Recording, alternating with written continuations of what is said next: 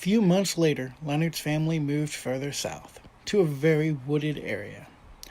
Leonard loved it, and though most of the kids at his school did not like him, he had managed to make a couple of friends who also happened to live on his street. They were the last street in town, with miles of forest past their property. They lived there for 3 years without incident.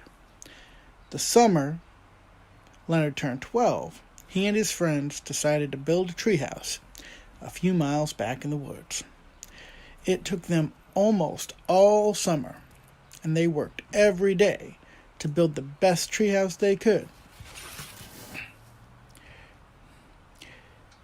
"It's done," Tommy said as they surveyed their work. Now what?" Dan asked. "Tonight we sleep in it," Leonard said. His friends looked at him for a second, clearly nervous. "Oh, come on," Leonard coaxed. "What's the worst that could happen?" Screw it, I'm in," Tommy said. Alright, I guess," Dan added nervously. "Let's head home for supplies and meet back here in a couple hours," Leonard said with a smile. A few hours later, the boys were inside their treehouse, going through their supplies. "Food," Leonard said as he dumped his bag, and bags of chips and snack foods fell out. I got some silver bullets out of my dad's garage," Danny exclaimed as he pulled cans of beer out of his bag. "I got smokes," Tommy said, throwing down a pack of Luckies. "Dude, filterless?" Dan says. "My dad smokes," Tommy shrugged. "Your dad's a badass, bro." Leonard chokes as he lights a Lucky. "I got reading material, too." Tommy smiles as he throws down a few skin mags. "Bro," Dan exclaimed as he opened up one to the clear centerfold. Next few hours passed as the boys smoked, ate, and drank, having the time of their lives. But then the sun went down. "Hey, get the light out," Tommy said. What at?" Dan asked. "The flashlight," Tommy said. "Don't have one," Dan answered. You?" Tommy asked Leonard.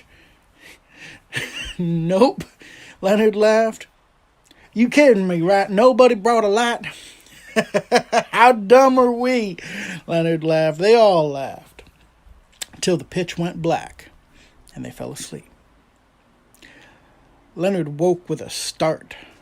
The numbers on his watch, the only glow in the darkness. 2:45 a.m. it read. For a moment he wondered what woke him. And then he heard it, the unmistakable sound of a black bear. Interestingly, however, the bear sounded distressed and out of breath. Leonard also heard strange grunting and whooping sounds. The bear roared and then whimpered, and all was quiet.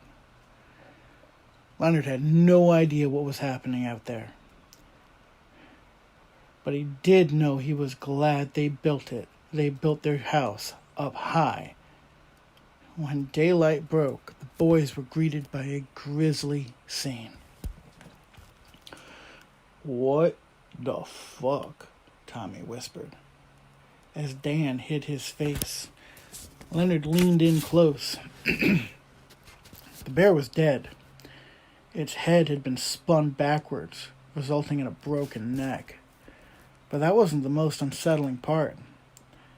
The bear's snout had been crushed at the base, causing the tip of the nose to angle upwards, bloody tissue hanging from its nostrils, like sickening toothpaste squeezed from a fleshly tube. "What could have done this to a bear?"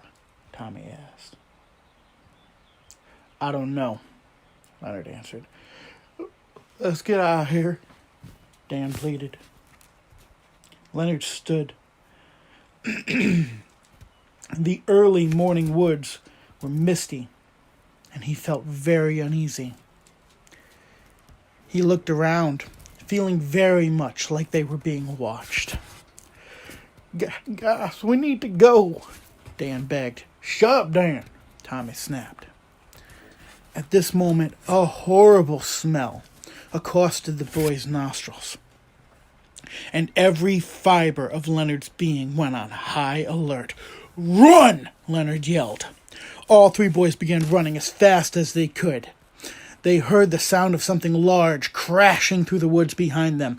They did not look back. A spleen-quivering roar was heard, and the dead bear flew over their heads and into a tree a few yards ahead of them. Jesus Christ, Tommy yells. Ain't got nothing to do with this. Keep fucking running, Leonard yelled. The boys did not stop until they breached the tree line by 100 yards. The boys stopped to catch their breath. What the actual fuck? Dan gasped.